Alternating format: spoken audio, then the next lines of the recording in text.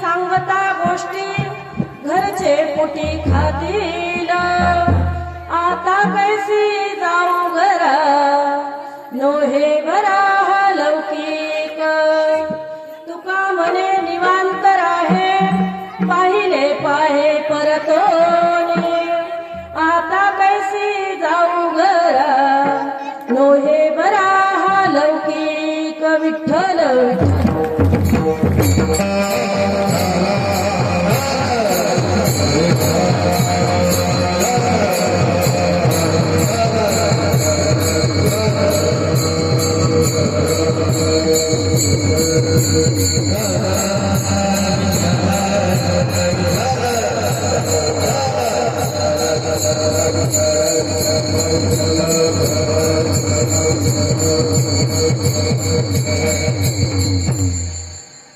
समचरण सरोजम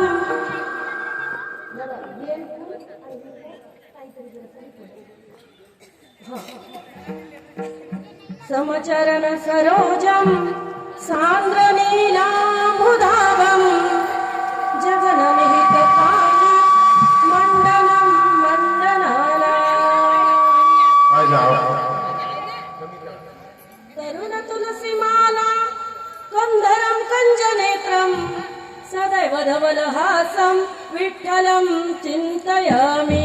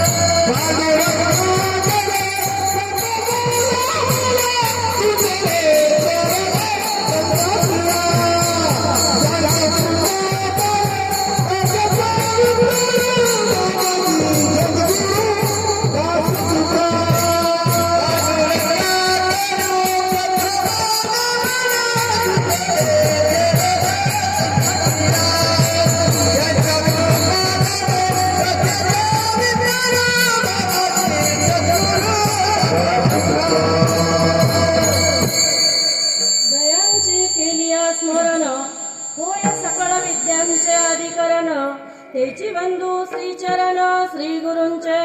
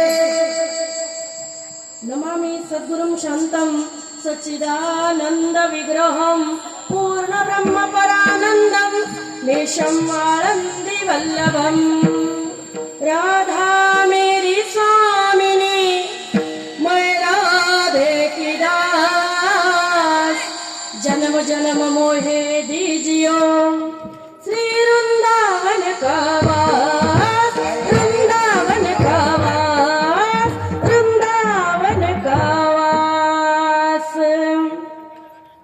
जय जय राधा रमन जय जय नवल किशोर जय गोपी चित चोर प्रभु जय जय माखन चोर जय जय माखन चोर जय जय माखन चोर आइए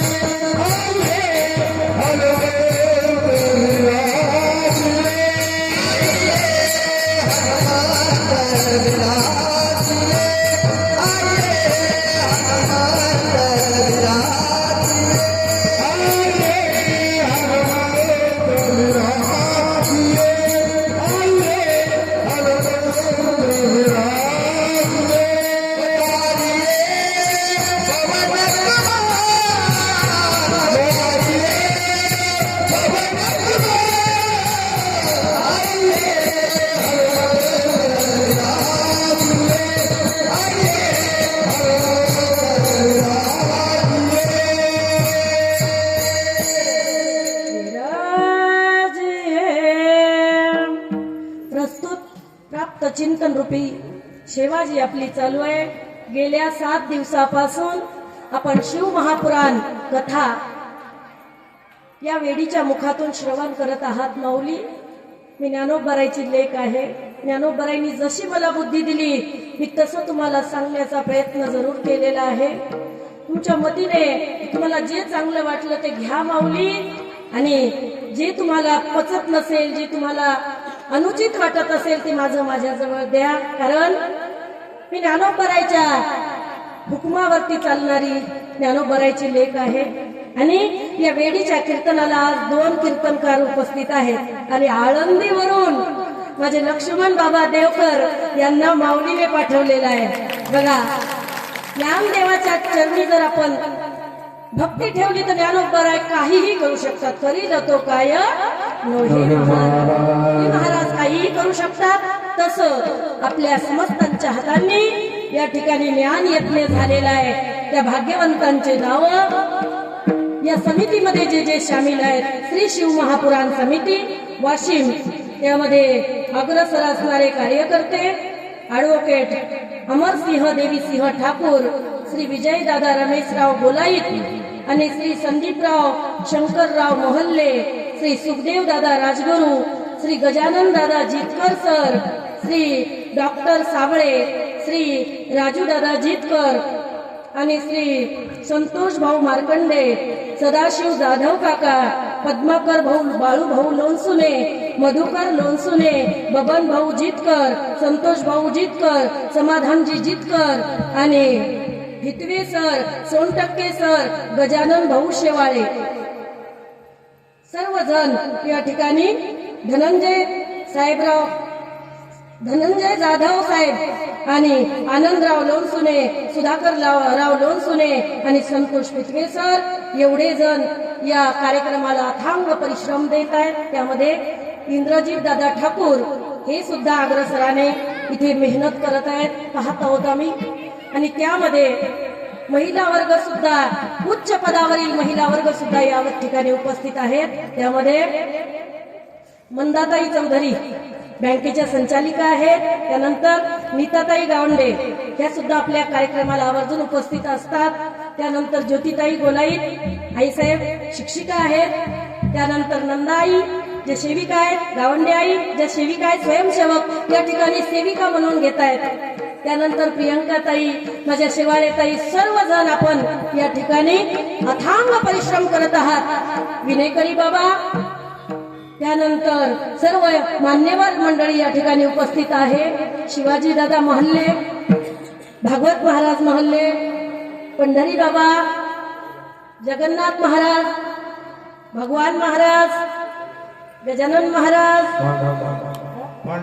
पांडुरंग महाराज, दिलीप चौधरी महाराज, विनायकराव महाराज आणि बाबा जाधव बाबा या ठिकाणी सर्वजण उपस्थित आहेत. यांचं सर्व जणांचं शब्दशः सुमनाने स्वागत करून या ठिकाणी सेवेला सुरुवात. विठ्ठल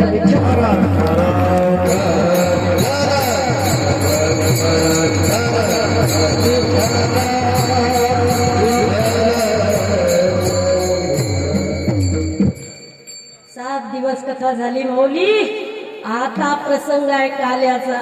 जीव शिवायक्याचा काला करायचा आहे. काला काही सामान्य काला नाहीये. आपण प्रतीक म्हणून लाही दही पाहणार आहोत, प्रतीक म्हणून दही साखर पाहणार आहोत. पण हा जीव आणि तो शिव यांच्याशी मिलन आपल्याला करायचं आहे. कारण तेच या मानव जन्माचं प्रथम ध्येय आहे. म्हणून परम प्रयोजन आधी करायचं आणि अवांतर प्रयोजन नंतर करायचं. बाबांचा परिचय सांगू तुम्हाला. माझ्या समोर कोणती हस्ती बसलेली आहे? लक्ष्मण बाबा देवकर आळंदीकर जे माझ्या समोर बसलेले आहेत ते कूट अभंग सांगताय. कूट अभंग, कूट अभंग काय आहे सांगू? कूट अभंग म्हणजे अभंग तुकोबारायचा आहे. अभंगामध्ये तुकोबाराय म्हणताय, पती जन्मला माझे उदरी, मी झाले तयाची नवरी, पतिव्रता धर्म पहा हो माझा, सर्वा घटी पती भोगी तसे मी ओझा. पती जन्मला माझे उदरी, मी झाले हो तयाची नवरी. आणि हा माझा पतिव्रत धर्म आहे. आता याचं आपल्याला काही मेळ लागल काही अभंगाचा? लागल? अल्पबुद्धीने आपल्याला मेळच लागणार नाही.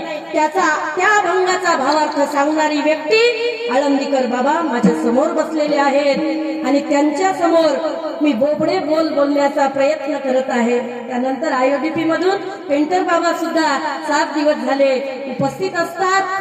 सर्व मान्यवर माझ्या समोर आहेत. त्यांच्या समोर हे लेकरू बोबडं बोलणार आहे. कारण बालक बोबडा बोली का वाकुडा विचुका पाऊली, ते सोज करुनी माऊली रिजे जेवी, जैसा का स्वभाव माय बापांचा, अपत्य बोले जरी बोबडी वाचा, तरी अधिकची तयाचा संतोषाती माऊली.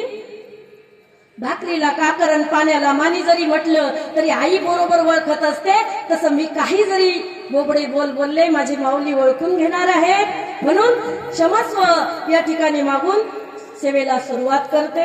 प्रस्तुत अभंगामध्ये चिंतन करत असताना तुकोबाराय द्वापार युगाचं चिंतन करतायत. द्वापार युगामध्ये तेव्हाची वेळ आहे सासूरवासाची आणि गवळणी पारतंत्र्यात आहेत.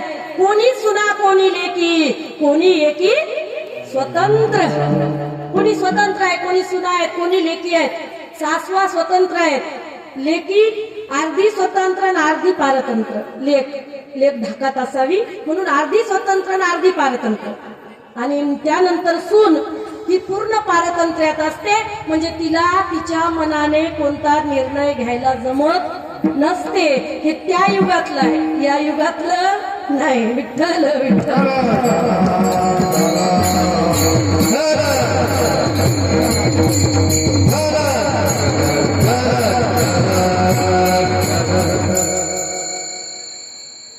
कोणी सुना कोणी लेकी कोणी एकी स्वतंत्र. त्यामधली एक सूनबाई पाण्याला गेली आणि पाण्याला गेली असताना तिथे डाव मांडला. सासूने बजावलं होतं, बघ ते जे नंदाचं बाळ आहे, नंदाचा कृष्ण आहे, त्याच्याकडे पाहायचं नाही, कारण पाहिली या वेद लावी बैसे जीवी जडोनी.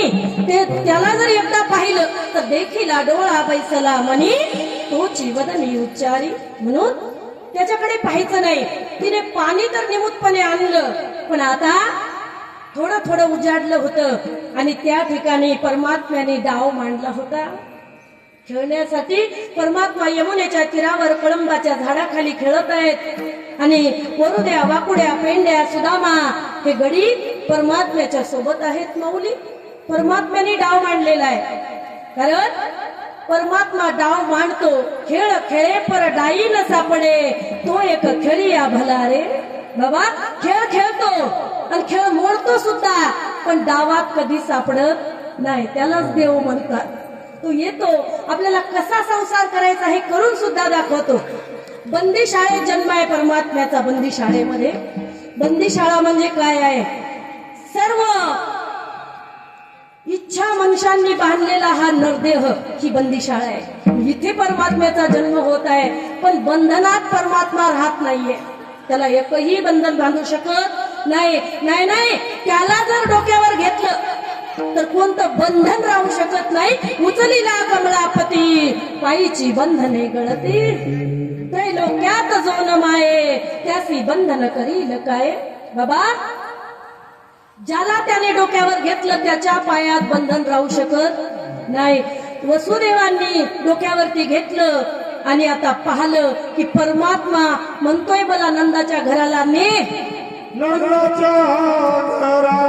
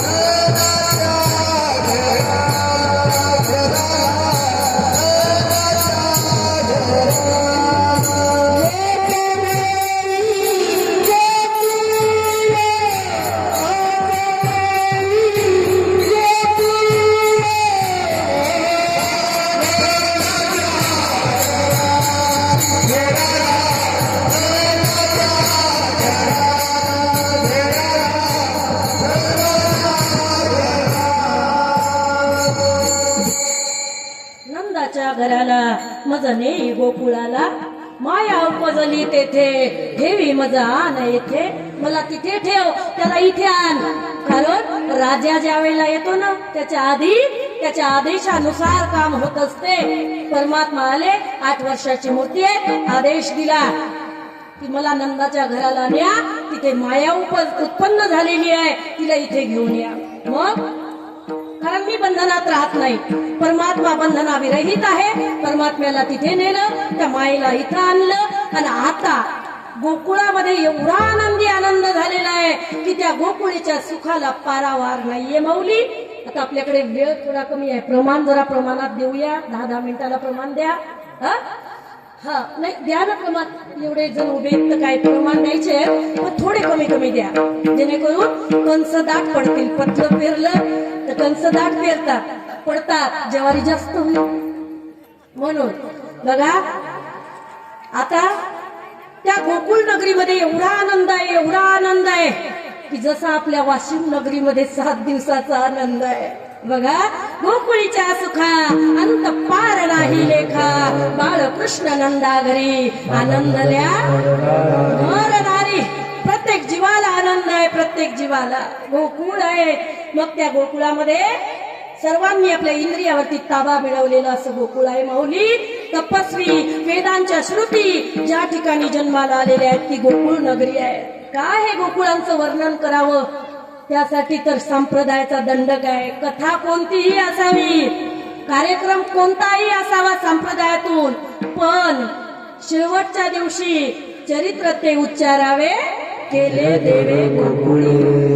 कारण या गोकुळाच्या चरित्रामध्ये परमात्म्याशी प्रेमाभक्ती रथ झालेली आहे. प्रेमाभक्ती ज्या जीवाला झाली तो जीव सरता होतो माऊली. म्हणून परमात्मा त्या ठिकाणी जन्माला आले आणि बुढिया तोरणे करती कथा गाती गाणे. काय त्या आनंदाला पारावार नाहीये. सर्वजण त्या ठिकाणी आनंद व्यक्त करतायत. मग कोणी कृष्णाला लाला म्हणत आहे, कोणी सावळा म्हणत आहे, कोणी हरी म्हणत आहे, कोणी मुकुंद म्हणत आहे, कोणी त्याला हरी मुकुंद सावळा असे वेगळे वेगळे आपापल्या प्रकारे नावं देत आहेत. कृष्ण कन्हैया असे नावं देत आहेत. त्यावेळेला गोकुळामध्ये परमात्मा प्रत्येकाला नाव घेण्यासाठी प्रत्येकाची जबाबदारी गोकुळातली परमात्म्याने स्वतःवरती घेतलेली आहे माऊली.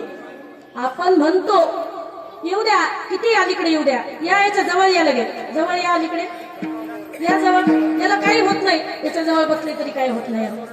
जेव्हा आम्हाला ती मटकी तोडायची तेव्हा तुम्हाला सरकवू थोडं, या अलीकडे. विठ्ठल विठ्ठल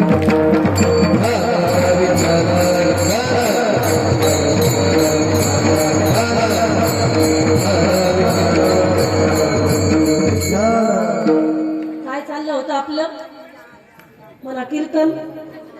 तुला कशाला उभं केलं इथं? सांग काय चाललं होतं? अहो, परमात्म्याला अनंत रूपाने अनंत नावाने ते ओळखतायत. का तर वेदांनी परमात्म्याचे अनंत नाम शोधलेले आहेत, पण तरी सुद्धा वेदांच्या श्रुतीला पार लागला नाही. म्हणून या गोकुळामध्ये वेदांच्या श्रुती गवळणीच्या रूपात जन्माला आलेल्या आहेत. त्यावेळेला सासूने सांगितलं, बाई तिकडे जर गेली तर त्या कन्हैयाकडे पाहू नको, त्या सावळ्या हरीकडे पाहू नको, कारण पाहिली या वेद लावी बैसे जीवी जडोनी. आणि मग उजेड लागला आणि ती गवळण दुडीवर दुडी घेऊन गवळण साथे निघालेली आहे. आणि आता गोरस विकायचं आहे मथुरेच्या बाजारी जाऊन, आणि तिकून येताना धन घेऊन यायचं आहे, पैसे घेऊन यायचे आहेत, त्यावरती उदरनिर्वाह करायचा आहे, वित्त घेऊन यायचं आहे. त्यावेळेला काय झालं माहितीये? परमात्मा हमामा खेळत आहेत, हुतुतू खेळत आहेत. त्या ठिकाणी ती स्त्री रथ झाली आणि ती ऐकायला लागली. जशी परमात्म्याकडे पाहत आहे तसंच तिच्या चित्तामध्ये सर्व जाण्याचं वेण्याचं विसरलं, धंदा करण्याचं विसरलं माऊली. आणि आता एक लक्ष लागलं तिचं गोविंदाकडे, आणि परमात्म्याकडे पाहत असताना तिचं चित्त एक रूप झालं. तिला काही सुचेना, वेळ पूर्ण निघून गेला. आणि ज्या पुढच्या गवळणी होत्या त्या पुढच्या पुढेच गेल्या बाजाराला, आणि ही जिथली तिथंच उभी राहिली. त्यावेळेला ती म्हणत आहे की हरीने माझं चित्त हरलेलं आहे, त्यामुळे मी भाराने वित्त विसरलेली आहे. बघा, जर आवडीचं कोणी भेटलं तर आपल्या डोक्यावर किती वजन असू द्या, माणूस बोलत उभं राहत. तसं त्या गवळणीला एवढं चित्त हरण झालं तिचं की त्या परमात्म्याचा खेळताना त्याचा चेहरा, त्याचे कुरुळे केस ती पाहत आहे, तो सावळा हरी पाहत आहे. कारण ज्ञानोबा म्हणतायत की बाबा, या जीवाची आवडच ही आहे की मला हा सावळा परब्रह्म आवडत आहे. सावळे परब्रह्म आवडे या जीवा, मन मन राणी मा घर केले. बाबा, माझ्या मनामध्ये या परमात्म्याने घर केलेलं आहे. जसं ज्ञानोबा रूपक करतायत गवळणीमध्ये, तसंच या ठिकाणी गवळणीची अवस्था आहे. आणि गवळण एकाग्र चित्त करून देवाकडे पाहत आहे. रात्रीची वेळ झाली, सर्वजणी बाजार करून आल्या, तरी सुद्धा ही हलायला तयार नाही. त्यांना वाटलं राहू द्या, हिला हिच्या सासूला पिक्चर पाहायला पाठवू. सासूबाईला हिला धाक नसल्यासारखी वागत आहे. मग ती तिथेच उभी राहिली. आणि आता तुकोबारायने देहू गावातून त्या द्वापार युगात गोकुळामध्ये लक्ष केलं. की आता जर हिची सासू आली तर हिची बरी सोय नाही, म्हणून तुकोबरा या अभंगाच्या प्रथम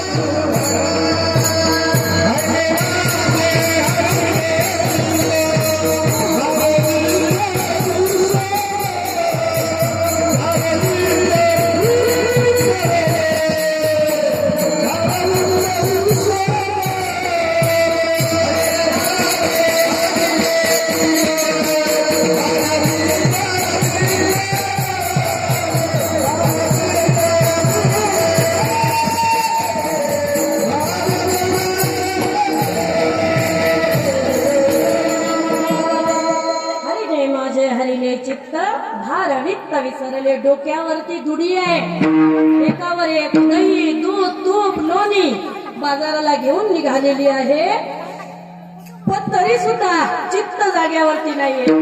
मग आता चित्त हरीने हरलेला आहे, मी काय करू, घरी कशी जाऊ, असा तिच्या जो मनातला प्रश्न आहे. ते तुकोबराय मी जाणला, तुकोबराय त्याचं रूपक करत आहेत. तुकोबराय आहे कलियुगातले आणि गवळण आहे द्वापार युगातले. पण बघा मानसिक भक्तीला किती महत्व आहे. मनाने जर आपण भक्ती केली, आता सुद्धा लावा डोळे आणि म्हणा मी आळंदीत आहे, ज्ञानोबरायच्या समाधीमध्ये मी दर्शनासाठी गेलेली आहे, समाधीला मान ठेवत आहे, मी दर्शन घेत आहे, मी समाधीला माळ लावून आपल्या गळ्यात घालत आहे, मी संकल्प घेत आहे की मी आजपासून ज्ञानेश्वरी वाचायला सुरुवात करणार आहे. करा मनोमन आठवण. जर तुम्हाला आळंदीचं दर्शन नाही झालं तर बोला. माऊली मनाच्या भक्तीला खूप महत्व आहे, म्हणून आपल्या पूर्वजांनी आपल्या संतांनी आपल्याला श्लोक दिलेला आहे. अलंकावती पुण्यभूमी पवित्र, तेथे नांदतो ज्ञान राजा सुपात्र, दया कविता महापुण्य राशी, साष्टांग नमस्कार श्री सद्गुरु ज्ञानेश्वरासी. ज्ञानोबरायला जर मनोमन आठवण केली तरी सुद्धा ते आपल्याला सोडणार नाहीये. तसं तुकोबराय ज्ञानोबरायचे तो अनन्य भक्त आहेत. तुकोबराय जे भंडाऱ्या डोंगरावरती बसतायत ते फक्त ज्ञानेश्वरीचे 1001 पारायण करण्यासाठी. तुकोबराय एकांतात बसतायत, कारण गावामध्ये थोडंफार जर महाराजाचं लक्षण दिसलं की लोक अडचणी सांगायला तयार होतात, आणि त्याही अडचणी संसारातल्या. परमार्थातलं कोणी काही विचारत नाही, संसारातलं साधूकडे विचारू नये, कारण साधूला हे विचारायला पाहिजे की कै हे बिरडे फिटेल, कै तो स्वामी भेटेल, का युगाहुनी वडील निमिष मानी. बाबा एक युगापेक्षा मोठा एक क्षण मला वाटत आहे. कधी सद्गुरु माझ्यावरती कृपा करतील, कधी माझी देवाची भेट होईल, ही जीवाची ओढ पाहिजे माऊली. पण या माईक संसारातला आपण मागत असताना संतांना त्याचा त्रास होतो. तुकोबराय भंडाऱ्यावरती बसतायत आणि ज्ञानोबरायच्या ज्ञानेश्वरीचं पारायण करतायत. 1001 पारायण झाल्यामुळे ते कोणत्याही युगातलं दर्शन करू शकतात, कोणत्याही युगातलं. गेले द्वापार युगामध्ये दर्शन करतायत. त्या गौरवीच्या चित्ताची तिच्या मनाची अवस्था पाहतायत. आणि तिचं मन म्हणत आहे आता कैशी जाऊ घरा लोहे बरा हा लौकिक बरा नाहीये, संसार बरा नाहीये. संसारामध्ये दुःख आहे माऊली, तिथे दुःख आहे. राणी दुःखी या दुःखी भेटीने. संसारात एकमेकाला भेटा आणि संसारातल्या जर गोष्टी केल्या त्याचं दुःख ना आपलं दुःख. बघा कोणी जर सांगत असेल की मी खूप संसारात सुखी आहे तर तसा व्यक्तीच भेटणार नाही. आपण आपलं दुःख दुसऱ्याला सांगत असताना तेच आपल्याला त्याचं दुःख सांगतं. तसाच घडलेला प्रसंग तो व्यक्ती आपल्याला सांगत असतो. पण सुख नाही कोठे पाहता संसारी, या ठिकाणी संसारामध्ये सुख नाहीये. संसारामध्ये सुख असतं तर मग राज्य सोडून गेले थोडे ते का वेडे पिशे म्हणावे. तुकोबाराय म्हणताय राज्याचे राजे गेले, राज्यावर असून विदेह स्थितीला प्राप्त झाले राजा जनक. जडभरत राजा सर्व सार्वभौम राज्य सोडलं आणि तिथे जाऊन परमात्म्याचं चिंतन केलं. आनंद त्यात आहे, आनंद यात नाहीये. पण जेव्हा इकडे परत यायचं आहे तेव्हा टेन्शन आहे. टेन्शन, चिंता. जी चिंतन करत आहे तिला नाहीये, तिच्या मनाची स्थिती. आता ही जातानीची स्थिती काय होईल याचं चिंतन तुकोबाराय भंडाऱ्यावरती करतायत. तुकोबाराय म्हणतायत तिच्या मनातला प्रश्न आहे आता कैसी जाऊ घरा लोहे बरा लौकिक.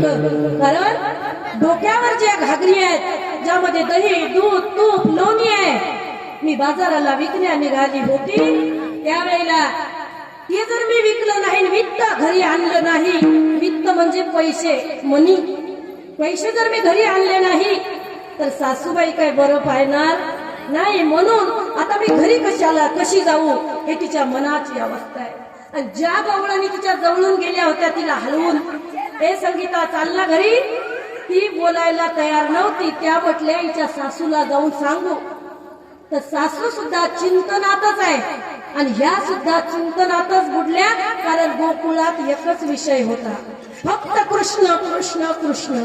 दुसरा विषय या गोकुळामध्ये नाहीये. त्या देवाचं चिंतन करतायत. देव आपल्यामध्ये आलेले आहेत, फिरतायत. बघा परमात्मा या ठिकाणी कोणी सुद्धा त्याचं रूप घेऊ शकते आणि त्याचंच रूप प्रत्येकाच्या हृदयात आहे. चैतन्याची शोभा शोभत असेल. परमात्मा हा चैतन्य रूपाने शोभत आहे. त्याच्या देहाला कोणताही सिंगार करा तो परमात्माच आहे.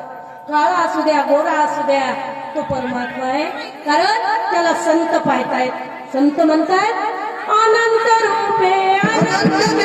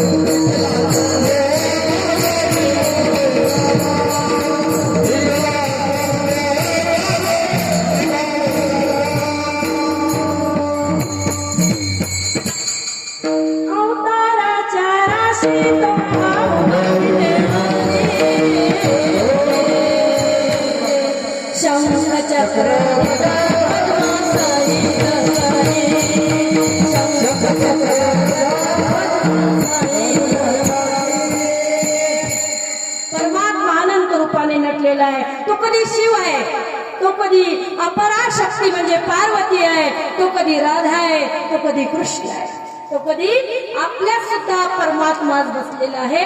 संत ओळखतायत. म्हणून तर संतांनी खून दाखवलेली आहे. एकाची खून देव एक आहे पण प्रत्येक घटाघटामध्ये देव बसलेला आहे हे संतांना जाण आहे. संतांच्या सरीच्या संतांच्या वरच्या लेवलच्या ज्या गवळणी आहेत त्या गवळणींची अवस्था संत वर्णन करत असताना संत संत झाले. जे संत झाले गवळणीचं रूपक करत असताना. कारण एक वडील जय जय करते तया नाम धर्म ठेव ठेविती ये रतेची अनुष्ठिती सामान्य सकळ. इथे वडिलांनी जे करावं तेच बाकीच्यांनी करावं. माऊली या भक्ती रंगामध्ये गवळणी रंगून गेलेले आहेत. अहो, जिच्या मुखामध्ये तिच्या मुखामध्ये देवाचं नाव आहे. बघा, इतकं काही गोकुळामध्ये देवाचं नाव चालतं, कारण जबाबदारी देवावरती आहे. नाव घेण्या लावायची आणि जबाबदारी परमात्मा घेत आहे. म्हणून प्रत्येकाच्या घरी विषय तो त्यांचा न आवडे जनधन माता पिता. परमात्मा फक्त एक विषय सर्वांचा परमात्मा झालेला आहे. इकडे गोकुळामध्ये शरद पौर्णिमेची रात्र आहे आणि शरद पौर्णिमेच्या रात्री आवाज करू नका. आवाज आवाज कीर्तनामध्ये बोलायला जमत नाही.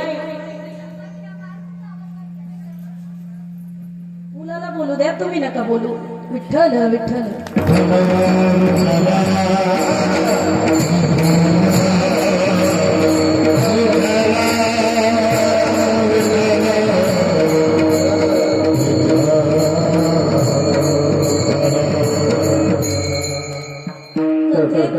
कथेत लेकरू पण शेतात पोखरू झालं नाही. सांगा, कथा कुठं सुटली आपली?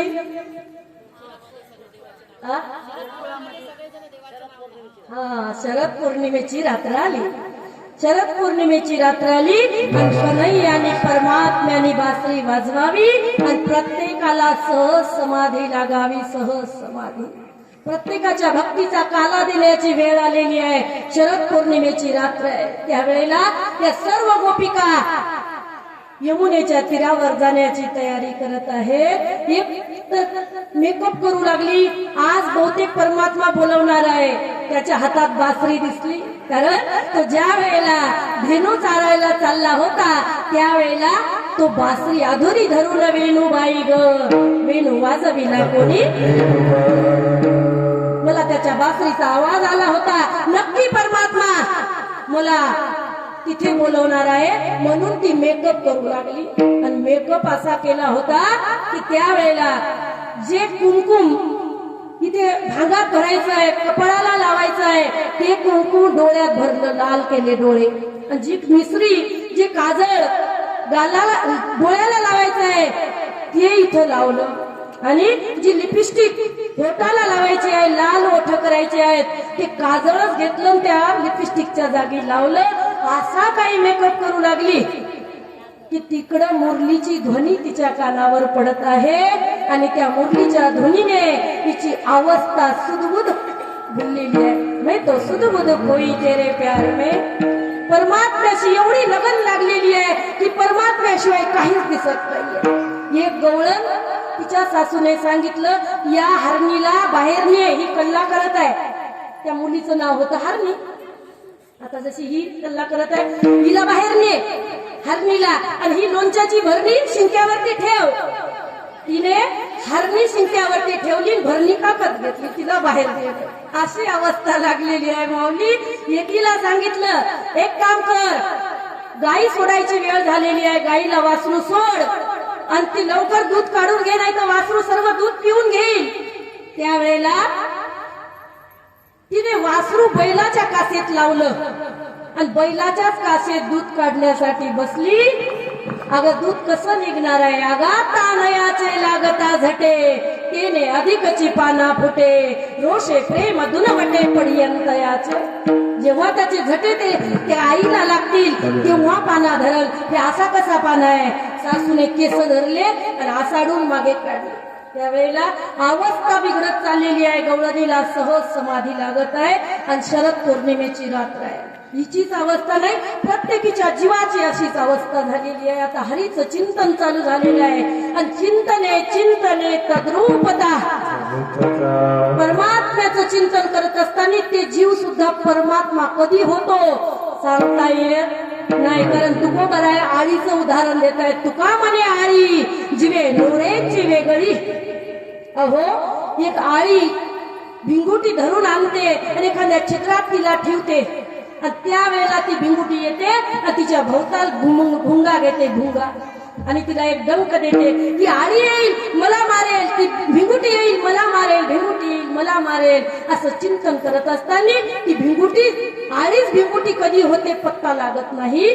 तसं तो परमात्मा येईल आणि माझा उद्धार करेल, तो परमात्मा येईल माझा उद्धार करेल. आता सहज समाधी लागली माऊली आणि अवस्था अशी झाली की भार आणि वित्त, भार म्हणजे संसाराचा भार जो डोक्यावर आहे आणि जी कमाई करण्याचे जे साधन आहेत ते कामधंदे शांत पडले.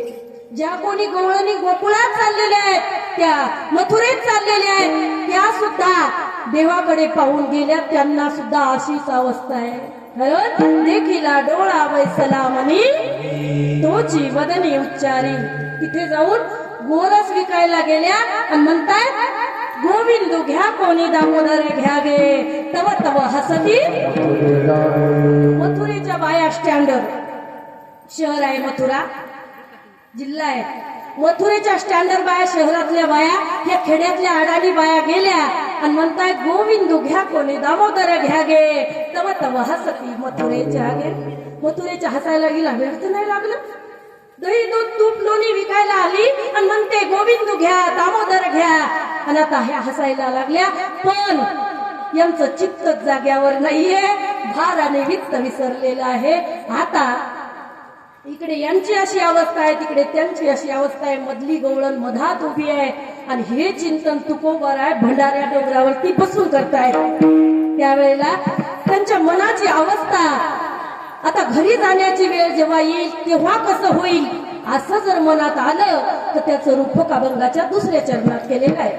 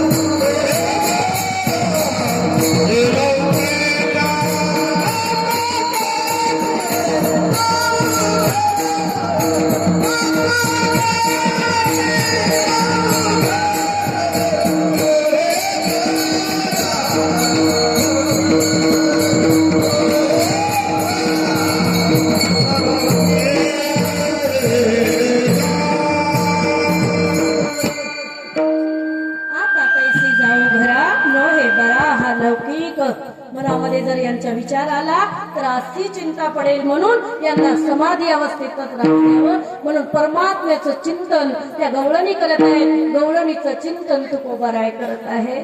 त्यांच्या मनातली अवस्था वर्णन अभंगाद्वारे तुकोबाराय करत आहेत. त्या ठिकाणी आता शरद पौर्णिमेची रात्र आली आणि आता परमात्म्याने मुरली वाजवली. आहारे सावरिया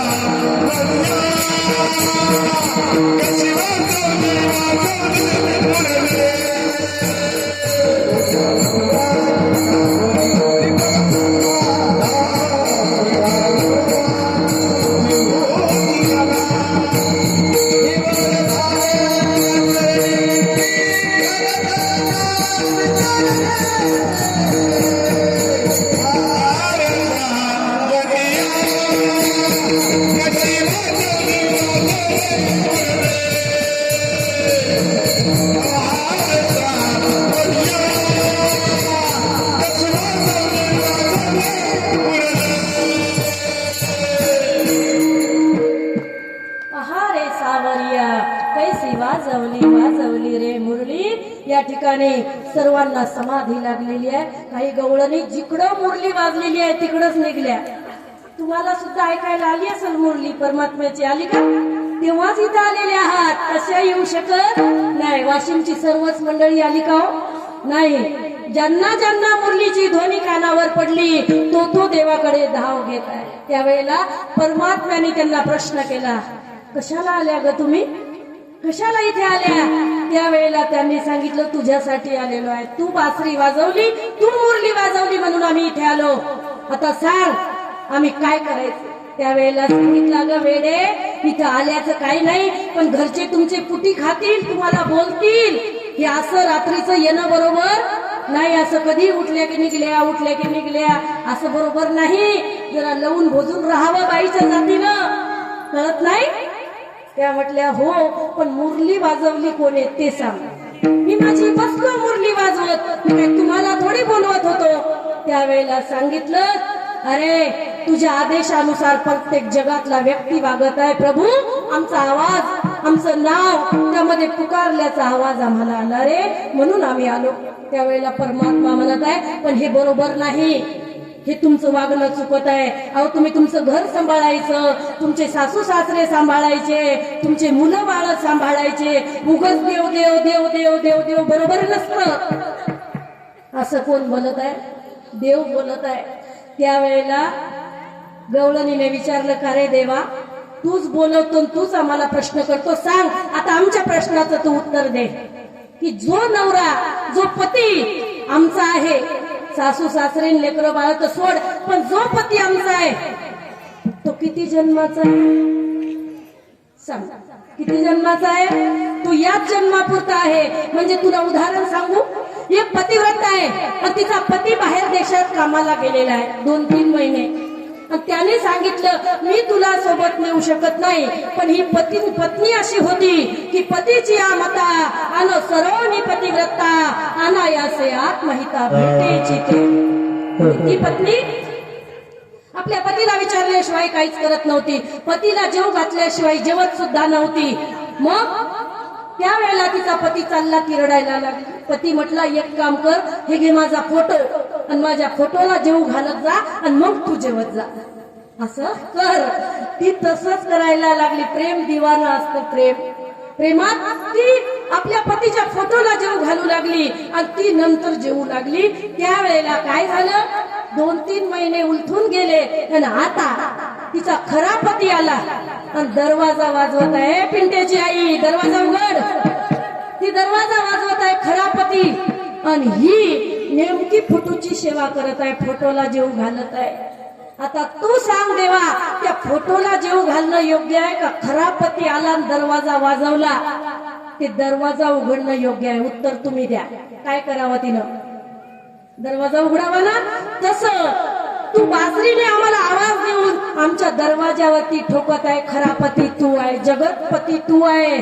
आणि हे जे पती आहेत हे त्यांचे फोटो आहेत. फोटो तुझेच फोटो आहेत. पती परमेश्वर आहे, मान्य आहे, पण त्याचा फोटो आहे. फोटो टिकाऊ नाहीये, तू टिकाऊ आहे, म्हणून आम्ही तुझ्याकडे आलेलो आहे. त्यावेळेला परीक्षा झाली आणि आता परमात्म्याने 6 महिन्याची रात्र केली आणि सर्व जी स्त्री वर्ग आहे, ज्यांनी ज्यांनी लज्जेचा गहिना घातलेला आहे त्या या आणि या ठिकाणी तुम्हाला स्पेशल विशेष काला देतो म्हणून आमंत्रित केलं. सर्वजण निघले. इकडं कैलासावरती माता पार्वती मेकअप करत आहे.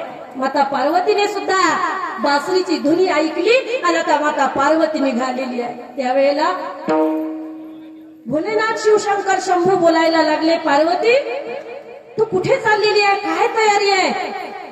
तिने सांगितलं, मी जिथे चाललेली आहे तिथं पुरुषांचा प्रवेश नाही, मी जिथे चालली तिथं तुम्हाला येता येणार नाही. ज्ञानोबराय म्हणतात, शंभू तेथे अंबिका, पण मी जिथे आहे तिथे तुम्ही आहात, पण आज तुम्ही माझ्यासोबत येऊ नका. त्यावेळेला परमात्मा म्हणतायत, अगं तू चालली कुठे हे सांग. त्यावेळेला सांगितलं, वृंदावनामध्ये बासरी वाजलेली आहे आणि यमुनेच्या तीरावर आज शरद पौर्णिमेच्या रात्री परमात्मा जीव शिववाक्याचं मिलन करत आहेत. काला होणार आहे, काला, मी तिथे चाललेली आहे. त्यावेळेला परमात्मा म्हणतायत स्त्री चालते का स्त्री? हो, मग मला लुगडं नेसव, मला साडी नेसव, आणि जे काय तुमचा नट्टा पट्टा असते, पुतळ्या डोरले पुतळ्या डोरले सगळ्या पैदल कपडे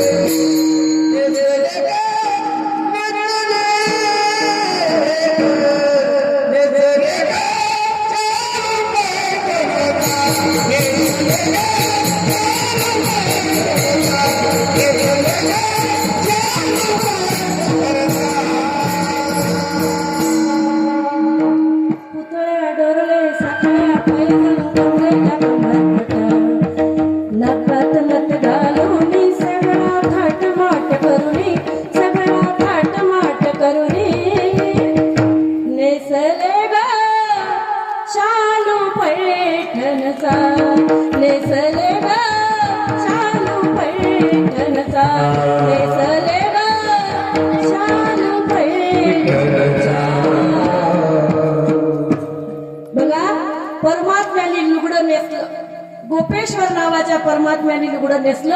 आता महादेव ठसकून लुगडं नेसून आता सर्व सिंगार घातलेला आहे. त्यावेळेला भोले बाबाला आईसाहेब म्हणतायत, भोले बाबा तुम्ही येताय, पण ती तुमची जी दाढी आहे, ही दाढी काढावी लागेल, ही मिशी काढावी लागेल. भोले बाबा म्हटले, हे बघ, दाढी मिशीचं नाव पण घ्यायचं नाही, कारण ती मला अति प्रिय आहे. माणसाला दाढी मिशी जास्त प्रिय असते. भोले बाबा म्हटले, दाढी मिशी काढणार नाही. मग आई साहेबांनी सांगितलं, एक काम करा, मग असा पदर धरा तर जमेल. बरं ठीक आहे, मग हे सर्प, जे गळ्यातला सर्प आहे ते काढून टाका ना. नाही, ते सुद्धा माझ्या जवळच पाहिजे. आणि त्यावेळेला ज्या वेळेला तिथे रासलीला चालू आहे, तिथे माता पार्वती जात असताना पुन्हा तिच्या मनात विकल्प आला की जर भोले बाबा तिथे आले आणि ओळखायला आले तर मला सुद्धा प्रवेश मिळणार नाही. म्हणून एक दिन वो भोले भंडारी बन करके बिजनारी गोकुल में आ गए, गोकुल में आ गए, गोकुल में आ गए. पार्वती सांगत आहे, पार्वती भी मना के हारी ना माने त्रिपुरारी गोकुल में आ गए, गोकुल में आ गए. ओ मेरे भोले स्वामी कैसे ले जाऊं तुम्हें संग में, तुम्हें संग में. राधा समशाम नाचे मैं भी नचूंगा तेरे संग में. पार्वती भी मना के हारी ना माने त्रिपुरारी गोकुल में आ गए, गोकुल में आ गए, गोकुल में आ गए. परमात्मा मागे लागून आलेच. आणि आता मैयाला संकट पडलं की नक्की ओळखल्या जाणार आहेत, कारण मोठी हस्ती झाकल्या जात नाही. मोठ्या व्यक्तीला वाटते आमचं नाव पण घेऊ नये, पण मोठे मोठे व्यक्ती कधी झाकल्या जात नाही. तर हाताने सूर्य कधी झाकल्या जात नसतो. तसं परमात्मा गेले आणि वृंदावनामध्ये एकच पुरुष आहे. श्रीकृष्ण परमात्मा प्रत्येकीच्या बाजूला उभा आहे, प्रत्येक जणीला भाव समाधी लागलेली आहे. त्यावेळेला परमात्म्याने विचारलं, माता पार्वती आपण आलेले आहात, सोबत कोण आहे? ती म्हटली ये मेरी सहेली है, ये है सहेली मेरी, ऐसा बताना ब्रिजराज को, ब्रिजराज को. ही माझी सोबती नाही, मैत्रीण आहे, हिला घ्या प्रभू आतमध्ये. त्यावेळेला सांगितलं हो आईसाहेब तुम्ही या आणि तुमच्या मैत्रिणीला सुद्धा येऊ द्या. मैत्रिणीला आतमध्ये घेतलं आणि शरद पौर्णिमेची रात्र आहे, झवळ झवळ चंद्राने दिसत आहे. त्यावेळेला भोले बाबाकडे एकटक नजर लावून परमात्म्याने पाहिलं आणि ओळखलं, कारण हे काय एकाचे हृदयी गोडी साखरेच्या. आणि ओळखल्यानंतर विचारलं काय ग, काय आहे तुझं नाव? ती म्हटली शकुंतला. आवाज गोबर आला, ओळखलं बाबाला. त्यावेळेला सांगितलं मग तुझं चेहरा का लपवत आहे, असं तू कोणतं काम केलं की तू चेहरा लपवावा, सांग. ती म्हटली बाबा मला चेहरा लपवा वाटत नव्हता, पण या पार्वतीच्या माझ्या सखीच्या म्हणण्यावरती मी चेहरा लपवलेला आहे, खोलू का? पार्वती म्हटली नाही, खोलायचं नाही तर माझी पोल खोलू नका. त्यावेळेला परमात्मा म्हटले मग हिची सखी काय माझी सखी काय, ये गळ्यात पण माझ्या. आणि एकदा आलिंगन देऊ लागली. आलिंगने सुख वाटे प्रेमे चिदानंद घोटे, आलिंगने संतांची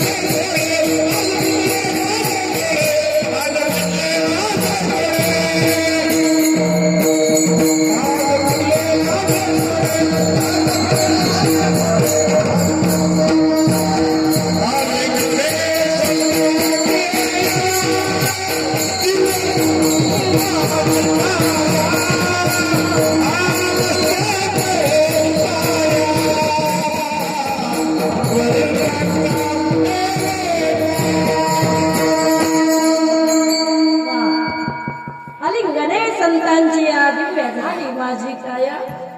आता आलिंगन घेतलं आणि ओळखलं हे भोले बाबा आहेत, भोले बाबा. त्यावेळेला त्या सर्पाने फुसकारा टाकला. सर्प जो गळ्यातला सर्प आहे परमात्म्याच्या, त्याने फुसकारा टाकला. त्यावेळेला देवांनी जरा असं पडदा बाजूला केला आणि ओळखलं भोले बाबा आपण आहात. मी ओळखलं. त्यावेळेला सांगितलं बाबा आजपासून मला कोणी सुद्धा गोपीश्वर म्हणू, मी गोपींच्या रूपात आलेलो हो तरी मला चालेल, पण मला या रासामध्ये सामील व्हायचं आहे, कारण मी काल्याशिवाय राहू शकत नाही, मला काला करायचा आहे तुमच्याशी. त्यावेळेला सांगितलं काला तुम्हाला मिळेल, तुमची स्थिती सुद्धा गवळणी सारखी झालेली आहे भोले बाबा, तुम्ही या ठिकाणी राहू शकता. भोले बाबांनी त्या ठिकाणी गवळणीच्या रूपात वास केला. म्हणून वृंदावनामध्ये जे मंदिर आहे ते गोपेश्वर महादेव आहे आणि महादेवाला साडी नेसवल्या जाते वृंदावनला. कोण पाहिलं? अरे वा, आम्ही सुद्धा, आमचे मिस्टर आहेत त्यांनी सुद्धा पाहिलं, मी सुद्धा पाहिलं. आणि गोपेश्वराला साडी नेसवल्या जाते. परमात्म्याने ठरवलं एकदा जर पुरुषाने साडी नेसली तर त्याला 6 जन्म हिजड्याचे घ्यावे लागतात. हे देवाला माहिती आहे. पण त्या दिवसापासून देवानी मोकळीक दिली. जो कोणी धर्म कार्यासाठी साडी नेसेल, या ठिकाणी संप्रदायाच्या जो भावरूड असतो त्यामध्ये जो कोणी साडी नेसेल त्याला ही बंधन लागू नाही. बाकी कलापवत नाटक जे काय आहे त्यामध्ये हे बंधन लागू आहे. हे परमात्म्याने त्या दिवसापासून ठरवलं आणि आता परमात्मा रास क्रीडेचा आनंद देत आहे. त्या ठिकाणी प्रत्येक जण मनालाच विचार करत आहे की आज किती आनंदी आनंद आहे. किती सांगू मी सांगू कोणाला, किती सांगू मी सांगू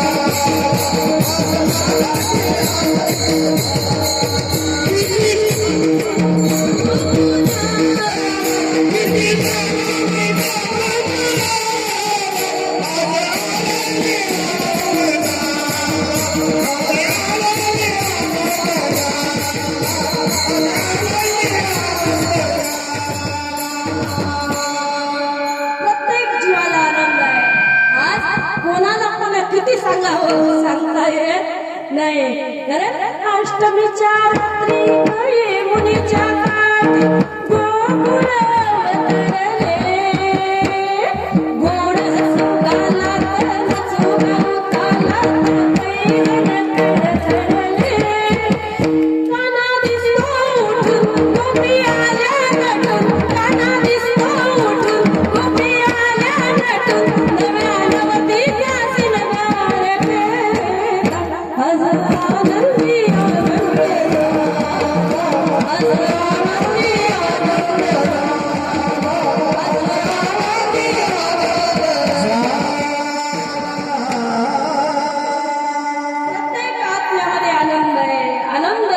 परमात्म्याचं आहे. ते स्वरूप आज प्रत्येकाला प्राप्त झालं. चिदानंद रूप शिवोहम शिवोहम, सच्चित आणि आनंद जो परमात्मा आहे, सत्य सत्य आणि त्रिवार सत्य जो परमात्मा आहे, जो आदी आहे, जो अंती आहे, जो निर्गुणही आहे, जो सगुणही आहे, आज त्याचं दर्शन झालं. जीव शिवायक्याचा काला झाला. आता कोणतीच चिंता राहिली नाही. पण ज्या वेळेला 6 महिन्याची रात्र सरली आणि गवळणी घराकडे निघल्या, त्यावेळेला आता मनामध्ये विचार आला. घर जवळ आलं. तुकोबाराय म्हणतायत आता तिच्या मनात असा विचार आला की मी दुसऱ्याला बोलली, पारखी अशी गोष्टी सांगितल्या, आता मला घरचे कसे पुटी खातील. पुटी खाणे म्हणजे काय? पुटी खाणे म्हणजे आपल्यावरती चिडणे, आपल्यावरती कशी पुटी खातील हे महाराज औरंगाच्या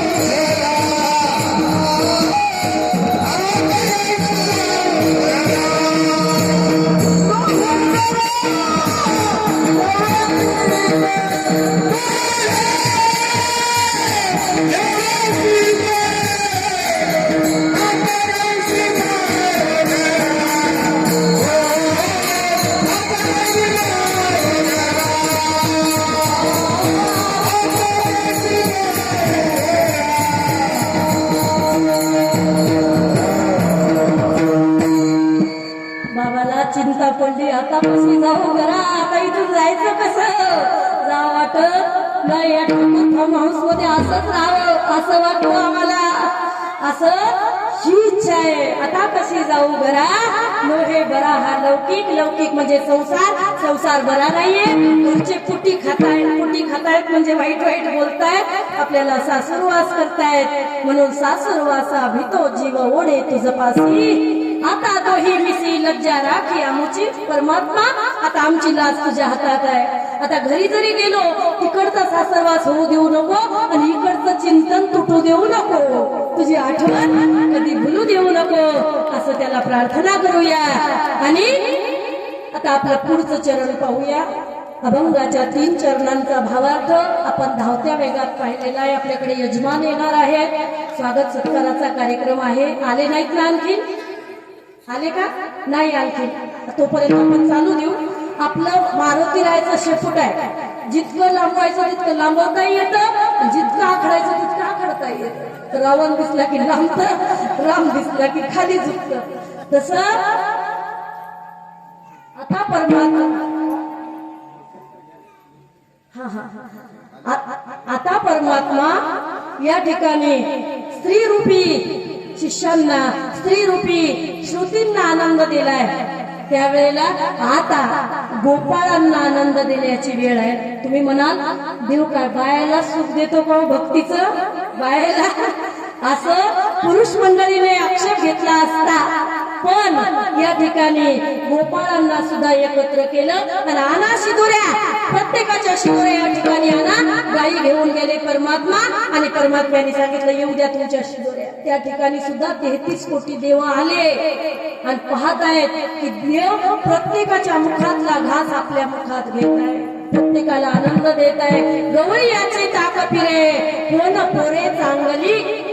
गवळ्याचे लेकर आडानी खेड्यातले रोज न आंघोळ करणारी एक डुबकी मारली की निघल्यावर तसेच कपडे, आणि ते लेकर देवासोबत जेवताय. ब्रह्मदेव पाहत आहे, इंद्रदेव पाहत आहे, सूर्यदेव चंद्रदेव सर्व पाहत आहेत.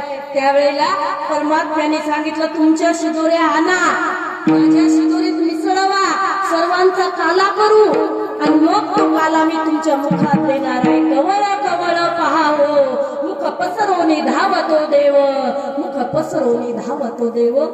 आपण जर ज्या वेळेला कोणाला चालत असलं त्यावेळेला आपणच मुख आ करतो, तसं परमात्मा भक्तांच्या मुखात घास घालत आहेत आणि आपलं मुख आ करत आहेत. त्यावेळेला ते भक्त सुद्धा, ते ढोरकी, ते गवळी परमात्म्याच्या मुखात घास घालत आहे. काय आनंद आहे काल्याचा माऊली. आणि त्या काल्याच्या आशाने देव जळामध्ये मासे झालेले आहेत, देव आलेले आहेत. देवाला पूर्णपणे विश्वास नव्हता की हाच देवाचा देव आहे.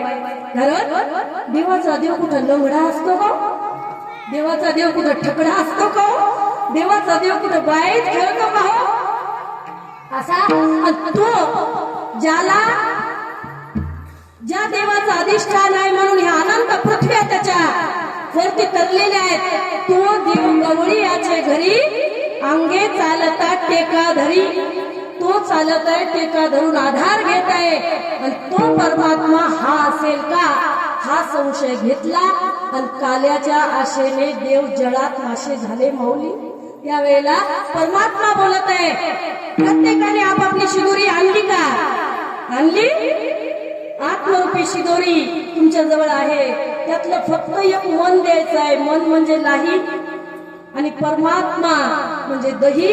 लाही या जन्म मरणाची लाही करून इथे टाकायची आहे. बीज भाजून केली लाही, आता जन्म मरण नाही, पुन्हा जन्म मरणाच्या फेऱ्यात पडू नये म्हणून आपल्याला या ठिकाणी लाहीचा प्रसाद मिळवायचा आहे माऊली.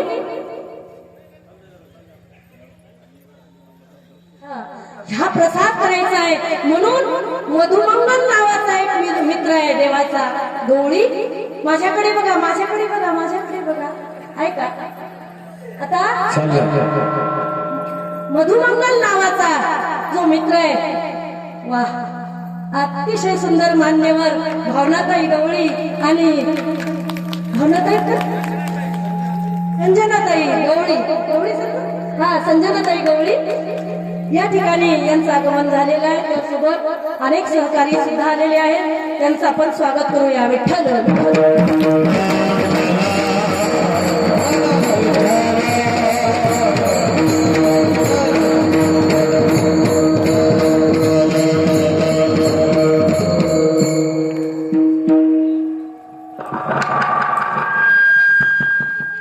धार्मिक कार्यक्रमाला नेत्यांचं येणं, यजमानांचं येणं म्हणजे अतिशय शुभ शकुन आहे. सर्वांचं शब्द सुमनाने स्वागत आहे व्यासपीठातर्फे. आणि आता आपली कथा कुठं आली होती मला सांगा. हा, लाही त्यामध्ये मिसळवली आणि मधुमंगल नावाच्या भक्ताकडे देवाचं लक्ष गेलं. हे मधुमंगल, तुझी शिदोरी कुठे आहे?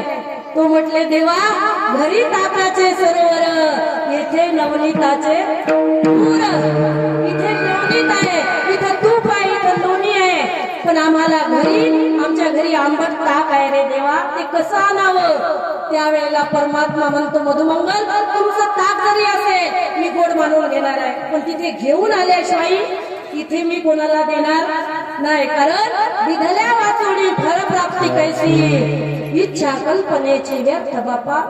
बाबा तुला द्यावं लागेल, पण ते मन मला द्यावं लागेल. तुझं आंबट मन असू दे ते मी घ्यायला तयार आहे, तुझं आंबट ताक असू दे ते मी घ्यायला तयार आहे. त्यावेळेला ते घरी गेला आणि आपल्या आईला विचारत आहे, आई आपल्या घरी आंबट ताक आहे, ते आंबट ताक माझ्या देवांनी सांगितलं, ते देशील का ग? ती म्हटली, ते आंबट जे ताक होतं त्याची मी आत्ताच कढी केली, आणि ती कढी मी देवाला देऊ शकत नाही, कारण एवढी आंबट आहे की ती देव खाणार नाही. देव नंदलालाचा मुलगा आहे, राजाचा मुलगा आहे, तो आपली आंबट कढी खाणार नाही. पण मधुमंगलने लक्षात ठेवलं की माझ्या देवांनी मला काहीतरी आणायचं सांगितलं. शिंक्यावरचं मडकं घेतलं आणि आता पळायला लागला मधुमंगल. आईने सांगितलं, नेऊ नको रे, आई म्हणजे माया आहे, आणि ती माया देवाकडे जाऊ देत नाही, कारण ती जीवाला आंबट करत असते. मायेत पडलेला जीव आंबट असतो. त्यावेळेला मायेने नेऊ देण्यासाठी मना केली, पण याने मडकं घेतलं पळायला लागला. जवळ गेला, यमुनेच्या तीरावरती गेला असताना पाहिलं गोल गोल गोपाळ बसलेले आहेत आणि परमात्मा मध्ये काला करत आहे. त्यावेळेला जवळ जवळ गेला, मनामध्ये थोडा विकल्प आला, थोडा, की आंबट कढी जर देवाला दिली तर सर्व मला हसतील, म्हणून ती गडवा ते जे मडकं होतं ते तोंडाला लावून घेतलं आणि गडगड गडगड कढी पिऊन घेतली. पण परत मनात आलं थोडीशी ठेवावी, देवाने जर मागितली तर. तोंडात कढी ठेवली आणि परमात्मा उठले आणि परमात्मा धावत तिच्याकडे आले आणि त्याला विचारलं, मधुमंगल अरे माझ्यासाठी काय आणलं? तो म्हणला, तोंडात कढी आहे, तोंडात. त्यावेळेला परमात्म्याने त्याचं मुखचुंबन घेत असताना मुखात मुख घातलं आणि त्याच्या गालावरती हात मारले. या तोंडातली कढी त्या तोंडात घेतली. एवढा परमात्मा दयाळू आहे. विठ्ठल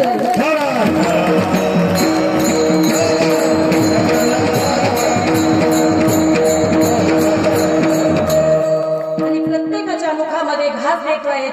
एकमेकाचा घास घेतल्यानंतर एकमेका घास देऊ अवघे भरू हुंबरी. एकमेकाला घास दिल्यानंतर जो आनंद होत आहे त्या काल्याच्या आनंदाचं वर्णन शेष सुद्धा करताना शिरलेला आहे. तोच काला ज्ञानोबरायांनी आपल्याला या संप्रदायाच्या माध्यमातून करण्याचं ठरवलं. नित्य कुठं ना कुठं काला असतो. फक्त एक एकादशी सोडली तर बाकीचे सर्व दिवस काल्याचे आहेत. असं या संप्रदायाला परंपरा ज्ञानोबरायांनी तुकोबरायांनी लावून दिलेली आहे. माऊली फक्त महाराष्ट्रात एकादशीला काला नसतो, बाकी एक ना एक दिवस काल्याचा असतो. आणि असा हा काला या जीवशिवाचं ऐक्य करणारा काला आहे. म्हणून तुकोबराय अभंगाच्या चतुर्थ चरणात सांगतायत,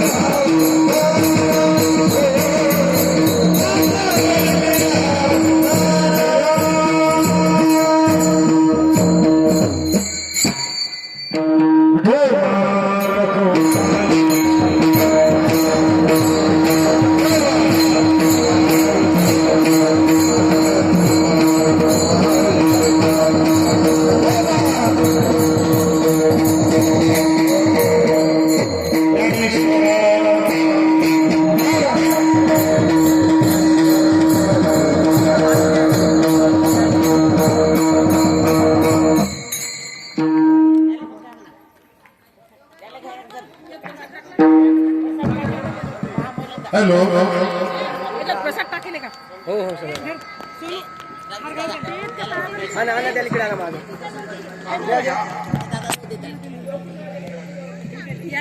दाखवा इकडे. आज शिवपुराणाचा हा जो कार्यक्रम आहे, आज आपल्या या शिवपुराणाची सांगता